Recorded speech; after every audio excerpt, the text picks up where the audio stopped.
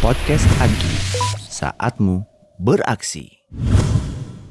Sebelum kita mengurus masjid, alangkah baiknya kita ketahui dulu sebenarnya masjid yang kita urus ini tipenya masjid apa? Spirit utama atau semangat utama dalam mengurus masjid, Allah menjelaskan dalam Al-Quran surat At-Taubah ayat ke-18.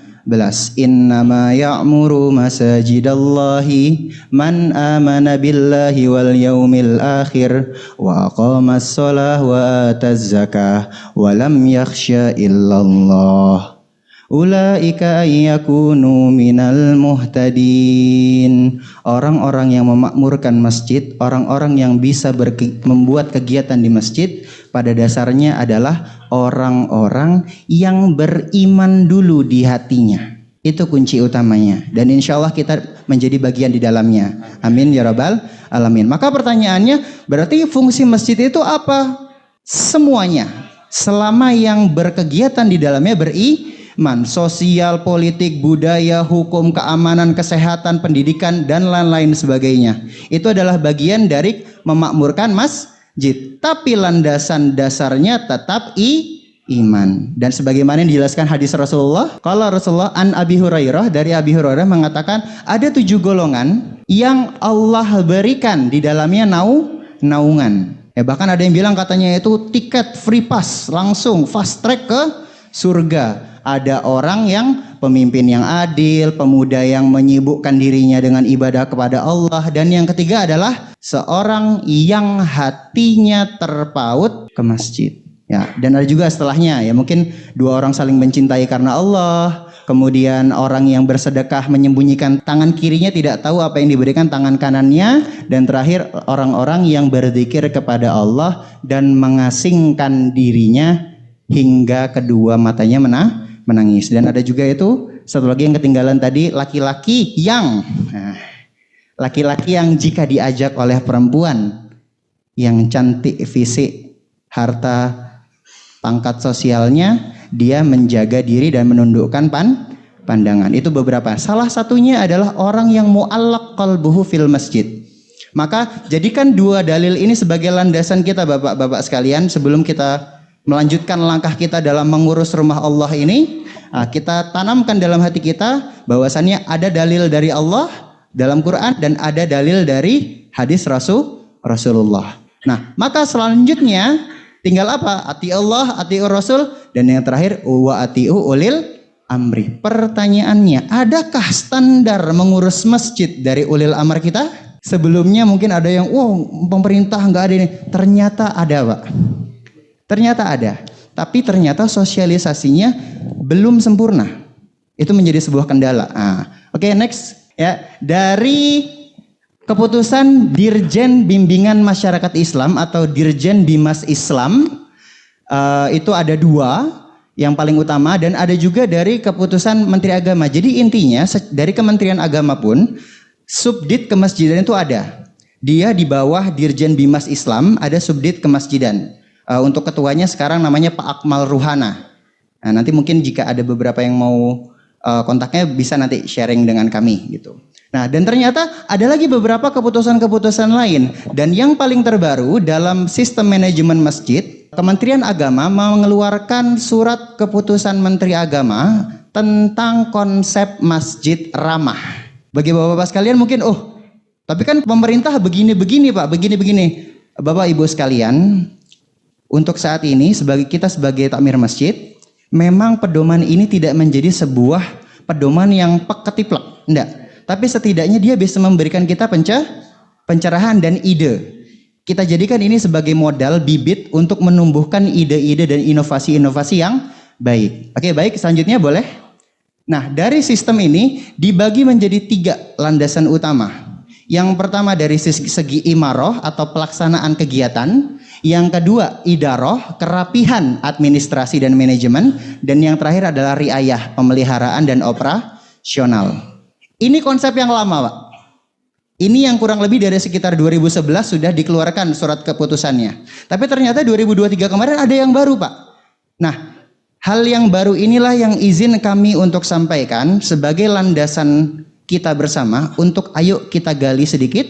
Kita berpikir secara global artinya apa? Pikirkan jika kita di generasi yang 60-an, 70-an, 80-an, 90-an, 2000-an, dan 2010-an ke atas, dan yang paling baru lagi sekarang tapi belum menjadi sebuah concern, 2020-an. Jadi kita ambilnya memang sudah 10 tahunan.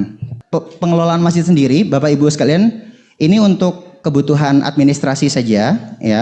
Dalam pelaksanaan pengurusan masjid, kita yakin bersama bahwasannya Allah yang membalas. Allah yang memberikan kita kekuatan, Allah yang memberikan kita ujroh atas apa yang kita lakukan. Lelah kita, capeknya kita, pusingnya kita, Allah paham semuanya. Ya, tapi tetap ada sistem administrasi yang diakui oleh negara. Untuk masjid namanya SIMAS, Pak. Dan itu ada di websitenya Kemenak. Data masjid sekarang itu yang terdata baru 307.000 masjid dan 374.000 musola. Nah, kalau Bapak Ibu sekalian cek, silakan kalau semisal masjid saya kok belum ada, bagaimana caranya biar saya bisa masuk? Caranya adminnya itu ternyata hanya lewat KUA, Pak. Jadi dia bukan seperti medsos yang kita login, kita daftar pakai email, enggak, tapi kita harus ke KUA, kita report. Nah, nanti di situ kita akan mengisi data-datanya. Ini mungkin untuk sebagai tambahan saja ke Bapak. Kenapa saya infokan seperti ini? Karena ternyata ada beberapa program-program yang membutuhkan nik ini. Jadi bahasanya ini kayak nik masjidnya lah, seperti itu. Tapi Bapak Ibu sekalian, sebelum saya mengarahkan Bapak Ibu kepada konsep masjid ramah tadi, saya ingin memberikan masukan, dan ini masukan yang kami berikan kepada seluruh masjid yang sharing bersama kami. Sebelum kita merumuskan program-program kita, maka kenali dulu siapa jamaah kita. Sekarang saya coba tanya, siapa di antara masjid ini yang punya database jamaah? Setidak-tidaknya mengetahui usianya. Usia jamaah Bapak Ibu sekalian rentangnya bagaimana? 24 sampai 35 dan itu bebas. Ya. 24 sampai 35, 35 sampai 45, 45 sampai 50, 50 sampai 55. Per 5 tahun boleh, per 10 tahun boleh. Tapi sesuai dengan kebutuhan Bapak Ibu sekalian. Satu, usianya. Yang kedua, apa? Domisilinya. Ada dua jenis. Pertama asal daerah. Yang kedua adalah domisili tempat tinggal. Nah, kemudian ketiga, setidaknya pekerjaannya. Nah, kalau ini kan masih perusahaan. Oke, kalau begitu bagiannya atau bidangnya. Nah, karena belum tentu semua karyawan itu jamaah, dan bisa jadi juga belum tentu semua jamaah itu karyawan. Nah, jadi setidaknya know your jamaah. Wah, jadi bukan know your customer lagi ya. Ini know your jamaah. Ya, kemudian juga background pendidikan. Apa pendidikan terakhirnya? SMP, SMA, di 1 2 3, sarjana, magister, doktoral atau lain sebagainya. Ya, selanjutnya lagi, mungkin agak sedikit sensitif, tapi berapa range penghasilannya? 5 juta ke bawah, 5 sampai 10, 10 sampai 20, 20 sampai 50, 50 ke atas. Apa fungsinya? Fungsinya adalah kita nggak fokus ke yang 5 ke bawah ya Pak. Kita fokusnya ke yang 50 ke atas. Nah, buat apa? Itu yang kita arahkan untuk kalau semisal memang butuh funding. Kita sudah tahu siapa jamaah yang kita dekati. Dan kita juga harus tahu pekerjaannya apa. Kenapa? Karena pekerjaan atau profesi jamaah itu aset. Ada banyak program yang bisa kita lakukan, program kreatif yang bisa kita lakukan dengan memanfaatkan jamaah. Kami kebetulan punya jamaah dokter, Pak. Dokter spesialis saraf, dokter spesialis THT, dokter spesialis kulit, dan qadarullah baru wafat kemarin itu obgyn, Pak, spesialis obgyn. Itu mereka kita dekati dan mereka ternyata berkenan, Pak, membuka layanan konsultasi kesehatan gratis untuk jamaah setiap hari Ahad saja. Senin sampai Sabtu mereka mengabdikan dirinya di rumah sakit, hari Ahad khusus di masjid. Bagaimana kita tahu itu kalau kita tidak melakukan survei? Nah, ini kedepannya juga ini kebetulan karena ternyata ini kami survei juga Pak, jemaah kami ternyata memang ke masjid itu masyarakat itu biasanya kalau ada masalah aja ya Pak. Kalau senang kemana? Kalau seneng walau alam. Tapi kalau udah ada masalah tiba-tiba Ustadz. Nah, Konsultasi deh. konsultasi. Nah, jadi pada dasarnya setelah kita mengetahui jamaah, kita harus cari tahu juga what is their problem. Kenapa? Harapannya adalah ketika kita membuat program yang kreatif dan inovatif, kita juga pasti berharapnya program ini memberikan dampak positif. Maka untuk memberikan mereka yang positif, kita cari tahu dulu apa negatif mereka, apa permasalahan mereka. Nah, kami kebetulan jamaah kami 70%-nya Pak, masalahnya rumah tangga Pak. Ya, jadi datang masalah, ada yang mau nikah siri, ada yang harta gono gininya kenapa? Karena ya nikah siri tadi. Nah, gitu. Jadi pada dasarnya saling berkaitan, tapi kita data Pak. Biar apa? Biar tidak lewat. Sehingga kita paling tidak bisa membaca apa kebutuhan generasi zaman sekarang. Nah, setelah itu baru buat program. Nah, kami akhirnya setelah kemarin banyak ini kami data, akhirnya kami siapkan setiap hari Jumat itu konsultasi agama. Kemudian banyak juga ternyata yang masalahnya waris, harta gono gini, tantenya, keluarga sirinya dan lain sebagainya. Akhirnya apa? Kita buat program pelatihan waris. Ada juga Pak yang datang masjid, Ustadz tolong dicarikan Saya yakin sekali pasti banyak juga yang datang ke bapak-bapak sekalian. Perempuan lagi kan Pak? Muda lagi kan Pak?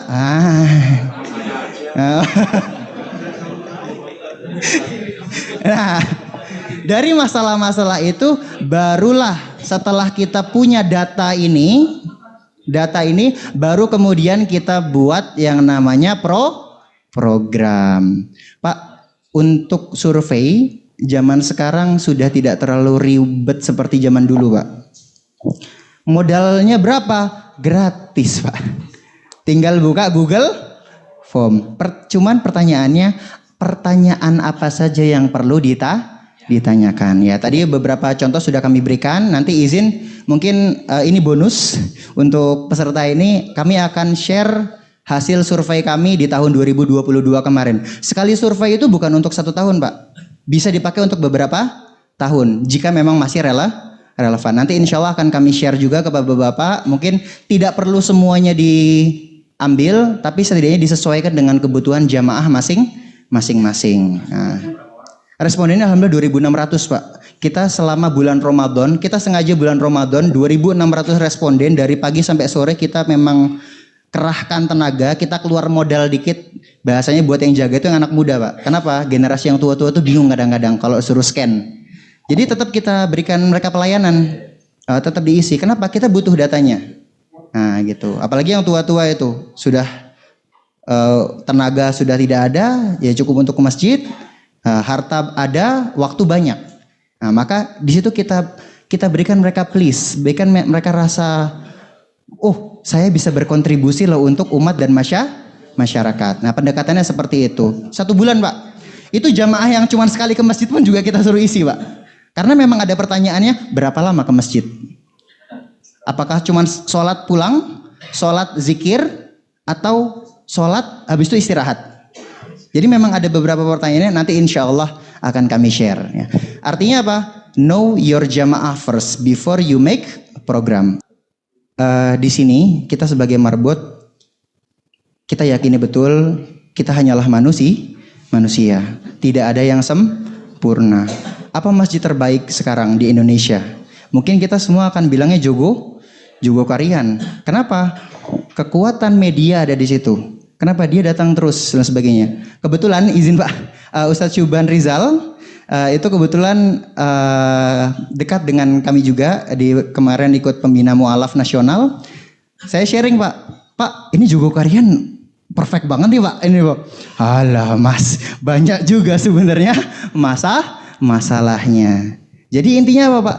Semua masjid yang diurus, jika ada pergerakan di sana pasti ada masalah. Kenapa? Itu bagian dari dinamika. Maka sekarang bagaimana kita menghadapi permasalahan tersebut? Apakah menjadikan ini semangat untuk kita atau malah membuat kita down? Ya. Maka jika memang niat kita lillahi ta'ala, maka tidak akan pernah ada kata lelah, Kalau itu lillah. Nah, jadi seminar motivasi ini Pak. Oke, next. Jadi intinya apa? Tetap berikan kolom untuk mereka memberikan kita kritik Pak. Kritik, saran, pesan, kesan. Nah, jadi ada negatif, positif, jadi berimbang ke kita Pak. Kita tidak merasa jumawa, tapi kita juga tidak merasa minder. Oh kayak kita nggak ada prestasi. Enggak. Insya Allah pasti ada plus minusnya. Maka jadikan yang plusnya jadi tambah plus, minusnya jadi plus. Kurang lebih seperti itu Pak. Baik, konsep masjid ramah. Ya. Maka silakan ketika saya menjelaskan ini, mohon Bapak langsung membuat imajinasi. Ya. Membuat imajinasi. Kira-kira apa program yang sesuai sama masjid Bapak nih dengan kondisi jamaah. Ramahnya ada 5. Yang pertama adalah ramah perempuan dan anak-anak. Apa saja contohnya? Contohnya adalah pojok bermain anak, daycare. Nah, jadi kalau misalnya perempuan-perempuan karir nih, ini kami masih rencana ini di Sunda Kelapa itu karena ternyata banyak jamaahnya itu wanita karir, anak mereka masih toddlers, sehingga mereka bingung taruh di mana selama jam kerja. Maka masjid mungkin bisa berperan di situ sebagai daycare, tapi memang dalam tanda kutip ada beberapa sarana prasarana yang wajib dipenuhi. Ya, jadi bukan hanya sekedar pojok bermain anak itu bukan cuma playground Pak. Nah, kemudian tempat wudhu anak-anak, perpustakaan anak, buku yang ramah dengan anak, ruang laktasi untuk ibu, terus perlengkapan dan sebagainya, dan program juga Pak. Nah kami kebetulan kalau program kami baru ada bikin namanya Ramadan for Kids. Pertama kita bingung Pak, ini siapa yang mau ngisi? Ternyata kebetulan di dekat masjid kami itu ada Taman Ismail Marzuki dan ada planetarium. Ternyata bisa kerjasama. Nah ternyata dari situ kami mengambil kesimpulan Pak, ternyata tidak semua program itu harus kita jalankan sendiri. Ya tadi sudah disebutkan sama Pak Yanto, kuncinya adalah kolaborasi. Maka kalau boleh saran Pak, buka Google Map masjid kita. Di zoom out, coba cek apa potensi-potensi sekitar kita yang bisa bikin program. Kemarin Rizka bikin 17 Agustus apa? Ke museum. Ke museum ini ya, museum apa pencatatan naskah proklamasi. Karena sekitarnya kita ada museum proklamasi. Jadi kita remaja masjid goes to museum. Jadi remaja masjid goes to museum. Kenapa? Karena di sekitar masjid ada banyak museum. Sunda Kelapa sekitarnya ada proklamasi, ada pencatatan naskah proklamasi, terus di sana ada Rumah Juang 45 itu. Jadi banyak museum. Ada KPU juga, Pak. Oh, itu enggak. Ya, oke. Oke, next selanjutnya. Setelah masjid ramah anak dan perempuan, masjid ramah difabel dan lansia. Nah, Pak, kalau kita bilang difabel dan lansia, biasanya otak kita langsung tongkat, kursi roda, sama apa lagi, Pak? Sama apa lagi? Sama lift biasanya atau eskalator. Padahal tidak. Ramah difabilitas itu tergantung disabilitasnya apa. Kebanyakan kita hanya taunya adalah disabilitas fisik saja, Pak. Kita taunya hanya apa? Hanya tuna netra, tuna wicara, tuna rungu, dan tuna wisma. Ya. Nah, padahal disabilitas itu ternyata sekarang maknanya besar, Pak. Sekarang itu di Jakarta khususnya ada banyak sekali kasus bipolar, skizofrenia, kemudian Alzheimer, ya, kemudian dan beberapa penyakit disabilitas mental lainnya atau Down syndrome. Nah, pertanyaannya, kalau kita sudah punya sarana prasarana, pertanyaannya punyakah kita program untuk mereka, Pak? Nah, kebetulan ini saya share link beberapa dokumentasi kegiatan. Mas Syarif sudah di-share ya. Nah, mungkin Bapak-bapak bisa lihat, bisa diklik yang kajian disabilitas di situ. Jadi selain kita memenuhi kebutuhan sarana prasarana, kita harus juga buat program, Pak, buat mereka, Pak. Nah, kami sadar, kami nggak bisa, Pak, buat program itu, Pak. Kami nggak punya relasi ke disabilitas, paling cuma hanya 1-2. Maka kita berkolaborasi dengan rumah sakit, Pak.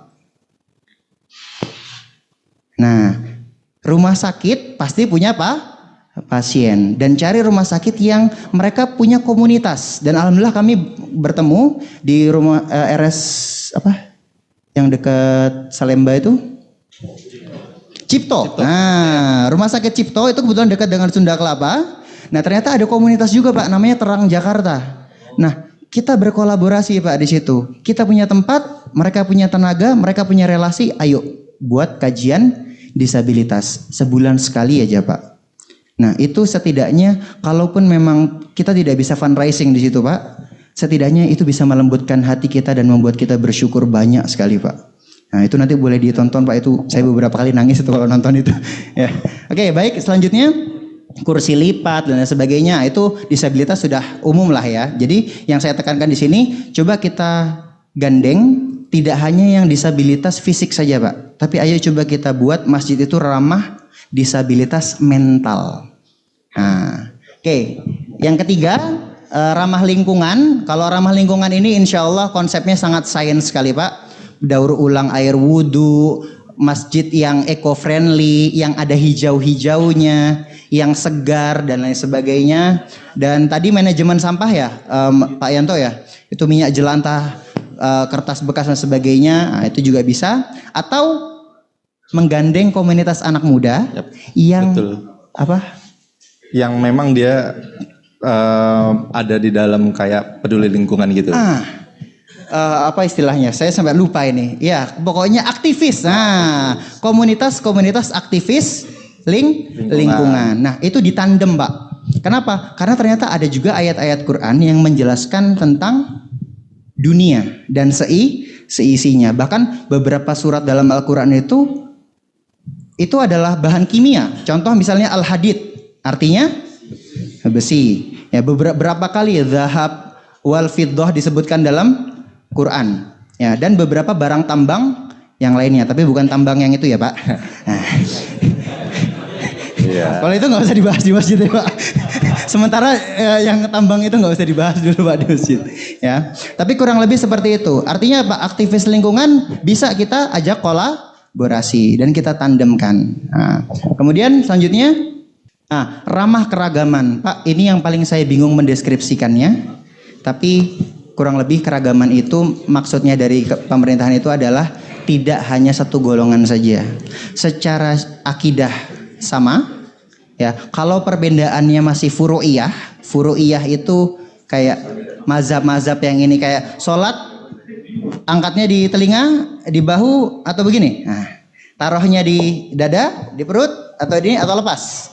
Nah, kalau perbedaannya masih furu'iyah dan selama masih ada dalilnya tidak ada masalah. Tapi kalau misalnya perbedaannya sudah jauh, terutama akidah, maka mungkin itu yang tidak. Ya, tapi selama akidahnya masih sama, ya tauhid la ilaha illallah Muhammad Rasulullah, maka disitulah posisi masjid. Ya. Baik, dan yang terakhir adalah ramah duafa dan musafir. Kalau ini insya Allah semuanya sudah khatam kita Pak. Ya, baik Bapak Ibu sekalian, kurang lebih seperti itu untuk pemaparan dasarnya sebagai landasan kita untuk menanam bibit program-program kreatif apa yang mau kita buat dengan cara mengetahui jamaah dan apa saja yang dibutuhkan oleh jemaah. Demikian, syukron. Podcast Agi, saatmu beraksi.